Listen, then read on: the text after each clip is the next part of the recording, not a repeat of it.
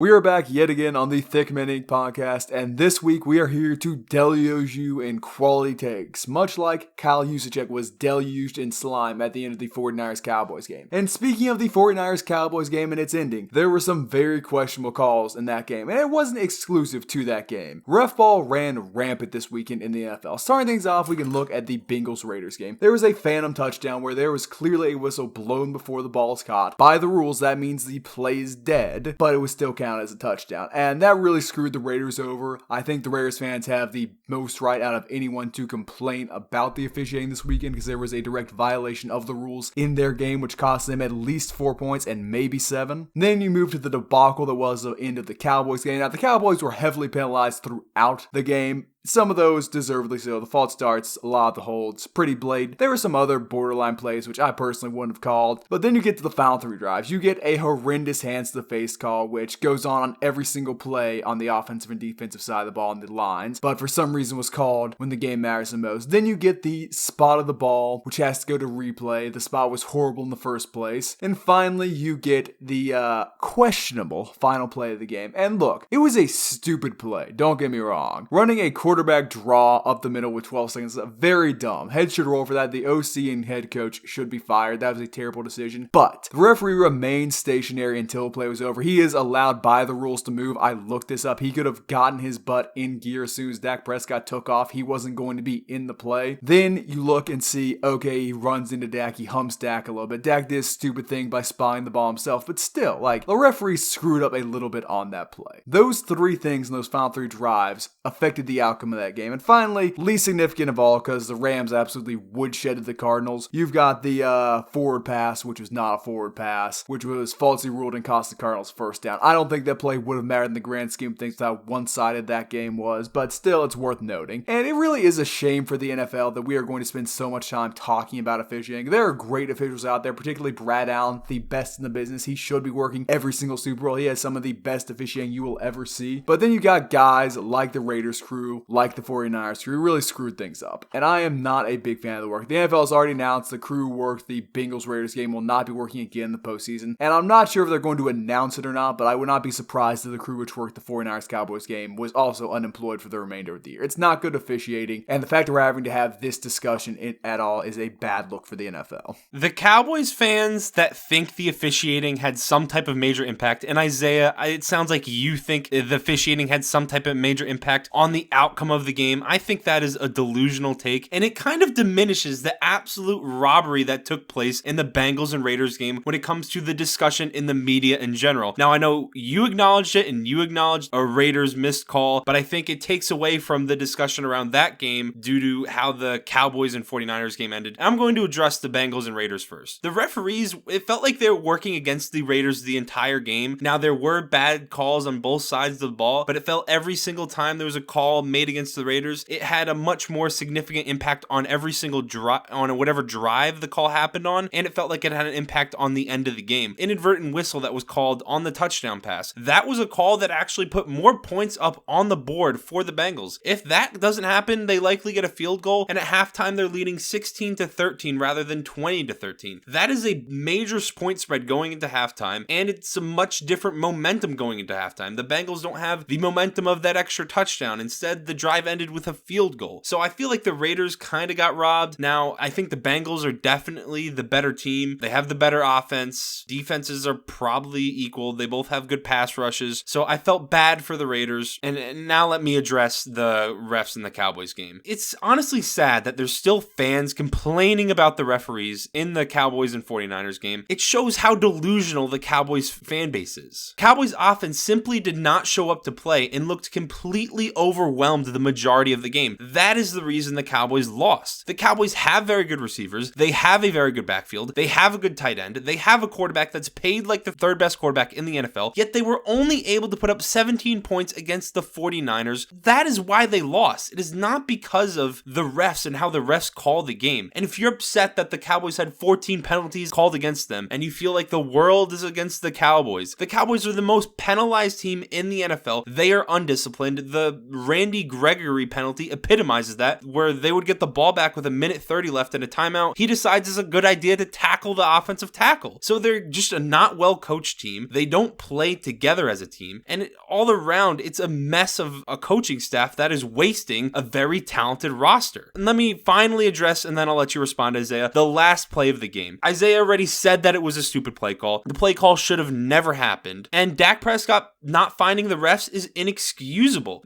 This is something that should be a coaching point in practice.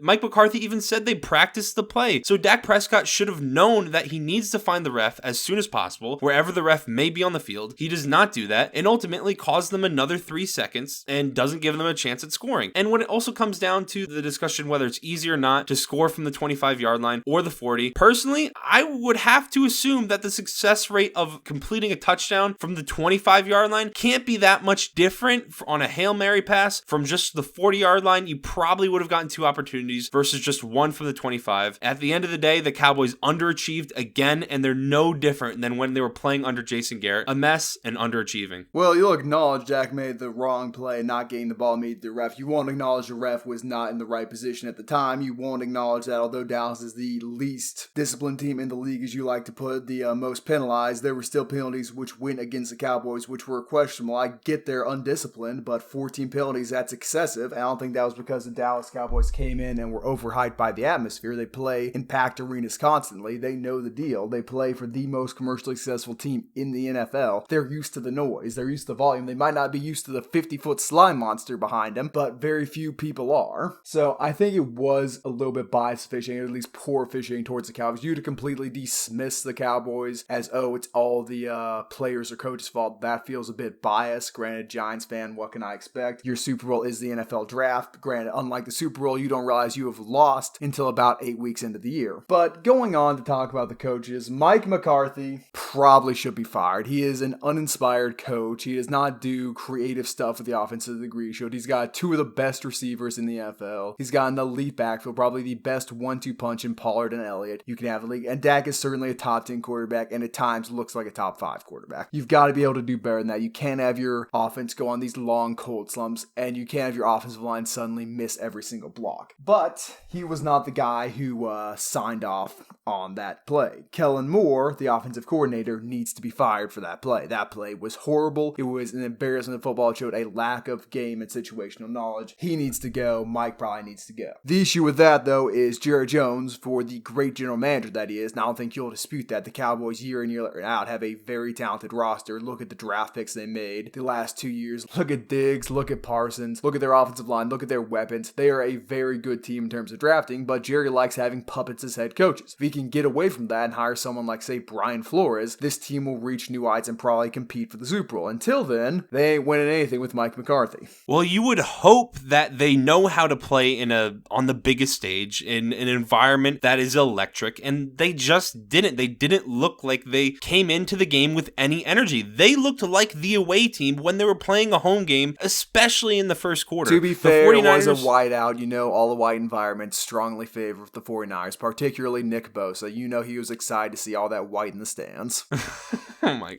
But the 49ers came out and played with energy, and the Cowboys, Dak honestly looked scared to me on the broadcast. The energy that they were playing with did not seem like they were confident that they were going to win. They didn't run the ball well in the first half, which they should be. They have a good backfield. They have the offensive line. They have everything, and the emotion wasn't there. It didn't seem like they were playing a playoff game and that they wanted to win. Now, of course, like they've done in many other games this season, they showed up in the fourth quarter, and mainly due to Jimmy G's incompetence is also the only reason the Cowboys had a chance at coming back. If Jimmy G lets Trent Williams get set, the game is over. If he doesn't throw the interception, the game's over. And on top of that, this is completely objective commentary. This has nothing to do with the Giants. The Giants stink. With the Giants sucking. That is nothing. Me talking about the Cowboys in this way has nothing to do with it. The only time I completely, not so objective is when I'm talking about our pals over in Philadelphia. No, that is who so I absolutely untrue. despise their fan base. You have said so base. many positive and negative things about the Giants draft picks. Just positive things, really. You have praised the Andrew Thomas pick. You praised the Deion Jones pick. And even after Deion Jones' rookie year, where he showed real worrying signs, you continue to praise him. You are so This was like 2 or 3 years ago, every Isaiah. single NFC East team, except the football team, because no one one can really hate the football team because they're named the football team. There are better things to hate. You are so non-objective towards the Eagles and the Cowboys. It is hilarious. You try to tell me Jerry Jones is a bad general manager. We are done with this topic because it's been 12 minutes and we've been talking about one game. We are moving on. You're building a false narrative, and it is not okay. Anyway, let's move on to the Cardinals and Rams game. The Cardinals didn't even seem to be in the same class as the Rams Monday night. Kyler Murray did his best Carson Wentz impression with that horrible pick six. Kyler didn't even look like he knew how to play football for a majority of the game. He looked terrible. But the biggest reason I think the Cardinals looked so bad on offense was because of Cliff Kingsbury. He once again did not adapt to the game, and it looked like he didn't come in with much of an offensive game plan at all. He got absolutely outcoached by Sean McVay and the Rams staff for all 60 minutes. He never took advantage of Kyler Murray's athleticism. He didn't use him in the run game at all. He didn't move him outside of the pocket, and he didn't play to his skill set. If Kyler Murray was truly healthy last night, and I'm not saying he was injured, but the game plan didn't make any sense, and Cliff Kingsbury's job status should be determined based off last night's game plan. He set Kyler Murray to get murdered the entire game by Aaron Donald. Well, they did try and roll Kyler outside a few times early. It didn't go well. Von Miller, 3 tackles for loss, 1 sack. He was an absolute menace last evening. We cannot deny that. Looks like a very good trade right now and might put the Rams in Super Bowl position. But here's the issue with the Cardinals. Kyler Murray has durability issues. He looked a little bit injured and scared to run last evening. That has been the problem the entire back half of the year. That has been the problem ever since that Packers game. He has gotten his ankle rolled up on, and he has struggled to adapt. He is scared to leave the pocket, and he's struggling a little bit because he lost that tiny bit of speed, which he absolutely needs to outrun everybody else because he's super quick and super agile. When he's not super quick and super agile, he's not a very good quarterback, and a lot of people need to just accept that. Their defense was healthy. That didn't really make a difference. The health concerns which have plagued this team all year were not a huge factor, with the exception of Kyler Murray last evening, and they still couldn't get it done. The issue is clearly on him. But I have found a solution to this, and this is a bit unconventional, so wrote some notes on it. Everybody knows that Kyler Murray is short. People say he's 5'10". Those people clear idiots. He's 5'8". So I went and did some research on limb lengthening surgery, and you may laugh at this, but this is a thing and can be very effective for some people. Now, as we know, Drew Brees, one of the best pocket passing quarterbacks of all time, also the best short pocket passing quarterback of all time, or certainly in the last 10-15 years. Drew Brees stands at about 6 feet tall. Realistically, he's probably 5'11". So Kyler Murray needs 3 inches to be on Drew Brees level. And limb lengthening surgery, you can get an average of about 1.5 inches for 3 months of rehab and adjustment time. So let's say 6 months of rehab. That gets him back in a Cardinals uniform, fully recovered, 3 inches taller, in time for the preseason, in time for OTAs. Like, it is an absolute must that Kyler Murray gets this surgery. That is the only way he's going to be able to succeed at the NFL level long term. He's going to have to change his game. He's probably going to be uncoordinated for the first few games of the upcoming season because that extra 3 inches, every man knows an extra 3 inches here or there, big difference. But with this added height, he'll be able to stand in the pocket much better, deliver balls more accurately, and finally rise to a truly elite level, not just peter out halfway through every year. He can be a truly great pocket passer. He's got the arm talent. I think he's got the vision. He just needs to stop running and being scared. And to do that, he's going to have to get about 3 inches taller. I'm sure it is a financially draining surgery for most people. Kyler Murray is a multi-millionaire. It will cost nothing for him. If the Cardinals organization funded it, will cost nothing for them. There is only one answer to Kyler Murray becoming a great quarterback in the NFL, and that is this surgery. Right now, this current operation not working. Well, I don't know how the surgery works, but that just sounds like something that's only going to make his bones more injury prone. Yeah, but he's going to stop running once he gets the surgery because he can finally see over the offensive line, Tristan. You're thinking much too small. We're not going to see the Kyler Murray. Joe Theismann wasn't running when his femur was poking out of his body. Well, guess what? Lawrence Taylor ain't lining up anymore. We are going to see Drew Brees 2.0, but this time in red. You are hating on this surgery because you cannot afford to get the surgery. You yourself, a 5'11" man who strolls to get over 6 feet, do not want to be intimidated by Kyler Murray rising to your height, I'm Tristan. 6 feet tall. You're 5'11". No, that's just not true. But at the end of the day, the Cardinals not going to get it done with the current roster. Something needs to change, whether that be the limb lengthening surgery or some would say a more realistic option, a better offensive line. I don't know, but I don't think it's a coach. I think it's a player personnel. On the Rams side of things, it was an impressive performance. The defense definitely showed up in a big way. Aaron Donald showed up in a big way. The pass rush showed up in a big way. The defense overall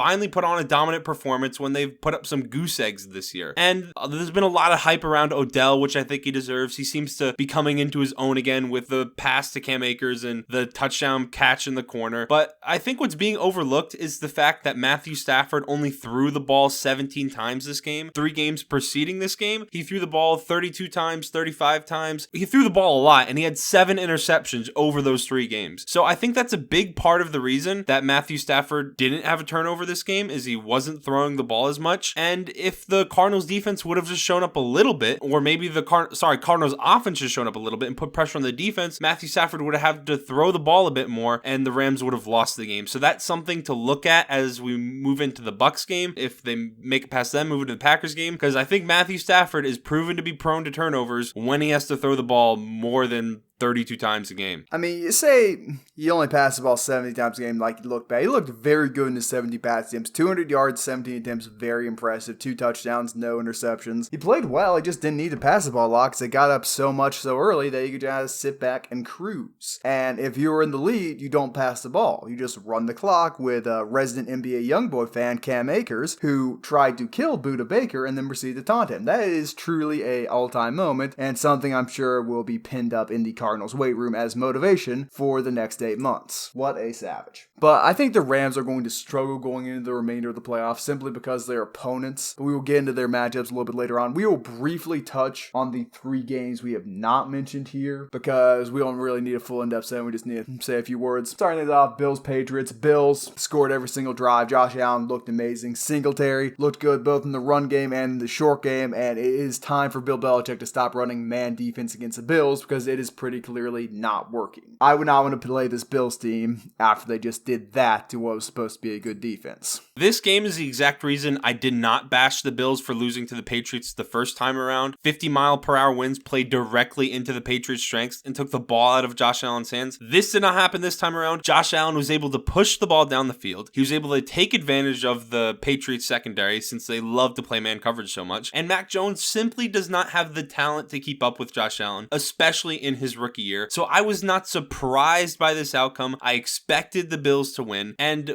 Isaiah mentioned Devin Singletary briefly. It seems like they finally have some type of production from the running back position. So it is definitely something that is concerning to me when they play the Chiefs. And I think it's concerning to every team that has to play against them. Next up, we've got a brief touch on the Eagles Buccaneers game. And I wrote 2 sentences about this, a total of 4 words. Eagles stink, period.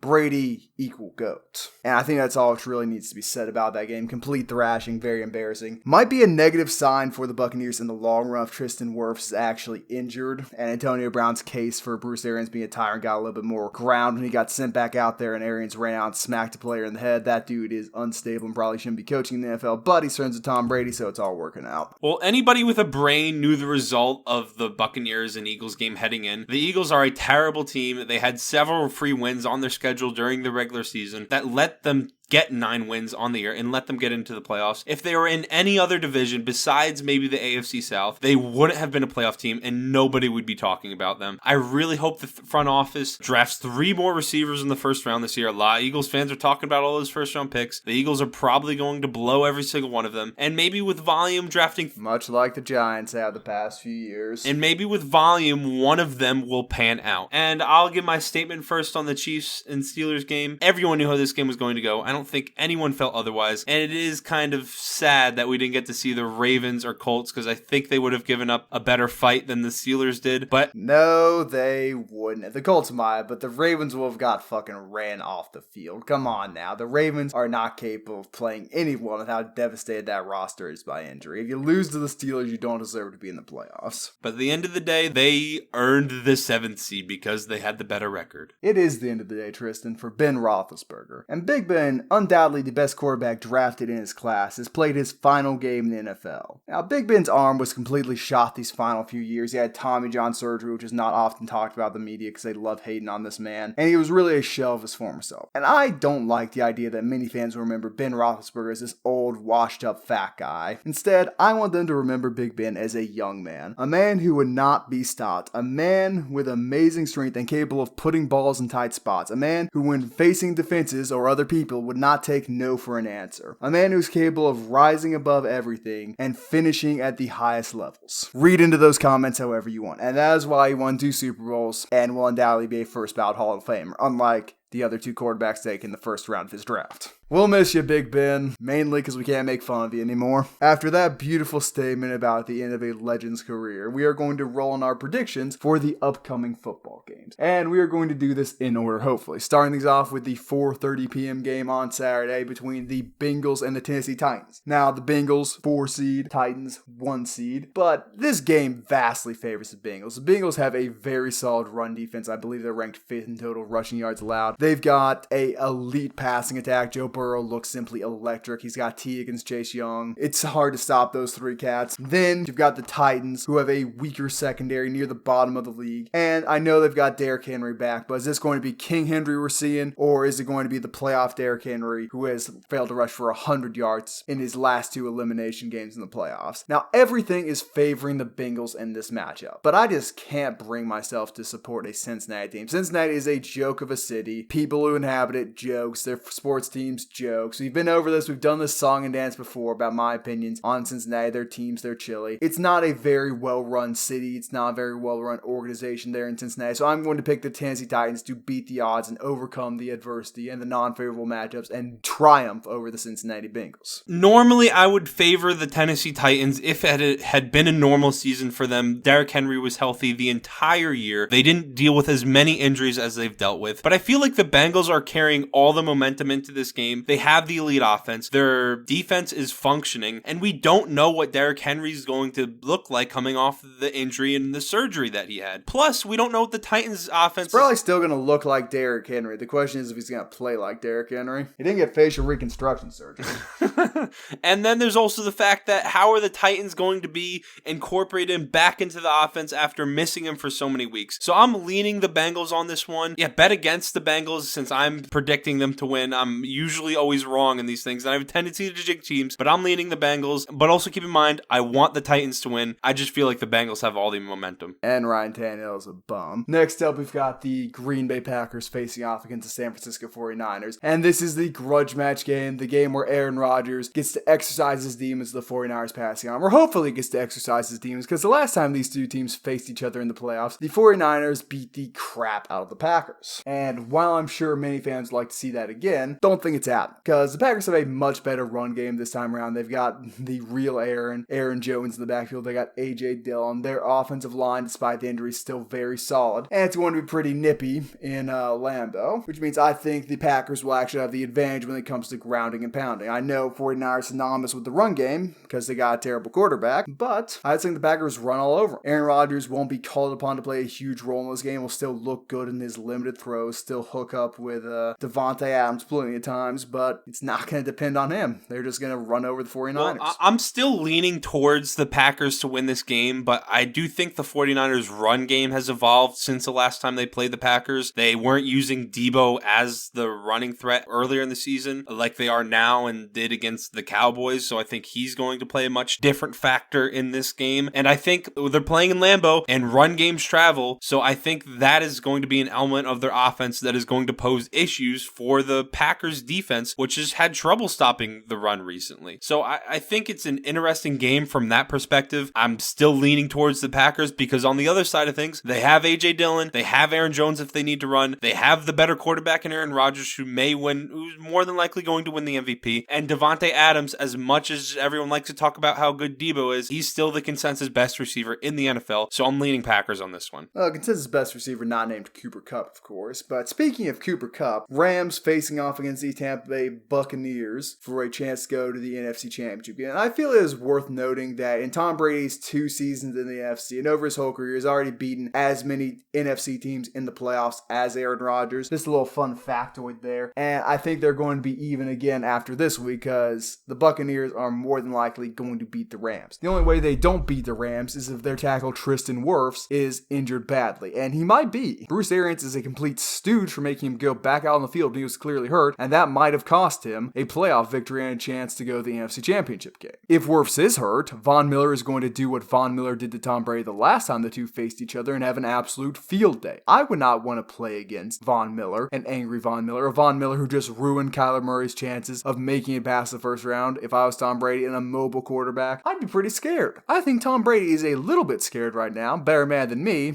Much less scared than I'd be, but Vaughn is absolutely going to eat his lunch if they don't sort out the tackle situation and don't chip him every single time with Gronkowski. It's going to be an issue. The Rams have the best defensive line of football, one of the best D-lines we've seen ever. We've been able to say that multiple times about this Rams team over the past 5 years, and if they win, it's going to be because of the strength of that unit. Their offense is very good, which gets overlooked a lot of the time because of how good that defensive unit is with Ramsey, Miller, and Donald, but at the end of the day, that defense wins championships and might win them a trip to the NFC Championship game. I'm still picking the Buccaneers because they got Tom Brady, but this game's going to be close and competitive. Well, that was quite a ramble there, Isaiah. I love rambling. And both teams are carrying, I've used the word momentum a lot. Both teams are carrying momentum into the game. The Rams just came off a big win against the Cardinals. The Buccaneers, since the Antonio Brown debacle against the Jets, they've been on a tear. Mike Evans has shown up in a big way game after game after game, and the offense has been on fire. So it's really going to depend on how good Tom Brady is, if they're going to be able to block the Rams pass rush, and how many mistakes Matt Stafford makes on the offensive side of the ball. So I am going to lean towards the Buccaneers to win because I have learned from my past of betting against Tom Brady, and I'm going to bet on him. It may be Tom Brady's downfall, but I'm betting on the Buccaneers to win. Is this the attempted jinx right here? Is this the move to finally put Tom Brady away? Is this the years of animosity for him being a better player than your entire franchise has ever produced coming out?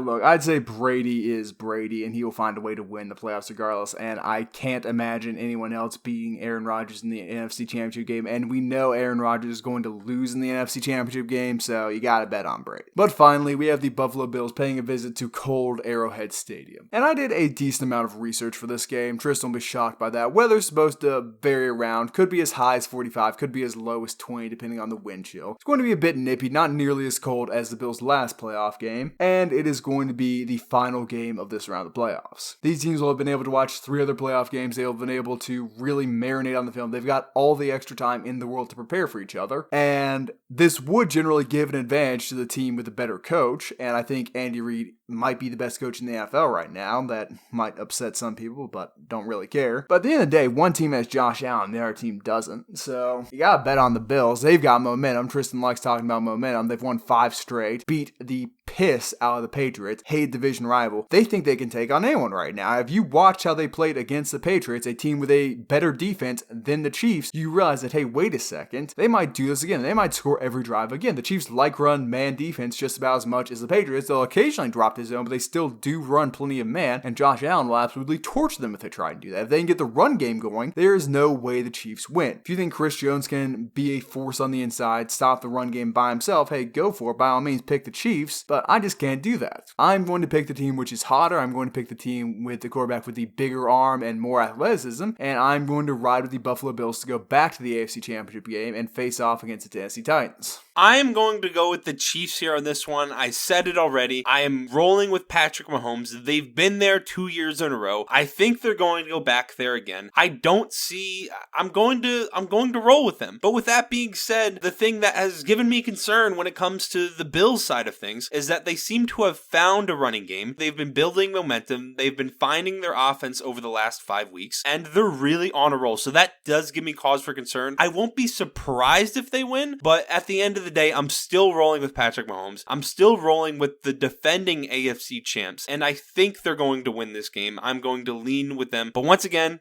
emphasis, I won't be surprised if the Bills win this one due to the fact they're establishing a running game and have really found their groove on offense. And the superior quarterback play. If you want to call it that. There's no doubt about it. It's superior quarterback play. At some point, we must realize that Stephon Diggs is nowhere close to the caliber player as the weapons Patrick Mahomes has in totality. He's got the better offensive-minded coach. He's got the fastest man in the NFL, and he still can't put up better numbers than Josh Allen. Still couldn't beat Josh Allen the first time around. Still won't be able able to beat him this time around. So call Patrick Mahomes the best player you've seen so-and-so all one because of all his fancy no-look passes. At the end of the day, Josh Allen is going to dominate this game and show you who the real best quarterback in the AFC is. But enough talking about that. That is all we have for you today on the Thick Mending Podcast. If you are somehow finding this video and don't know about our TikTok, go follow that. Links to all our different accounts in the description below. Smash that subscribe button, hit like. Please do not be mean to us in the comment section. It hurts our feelings so.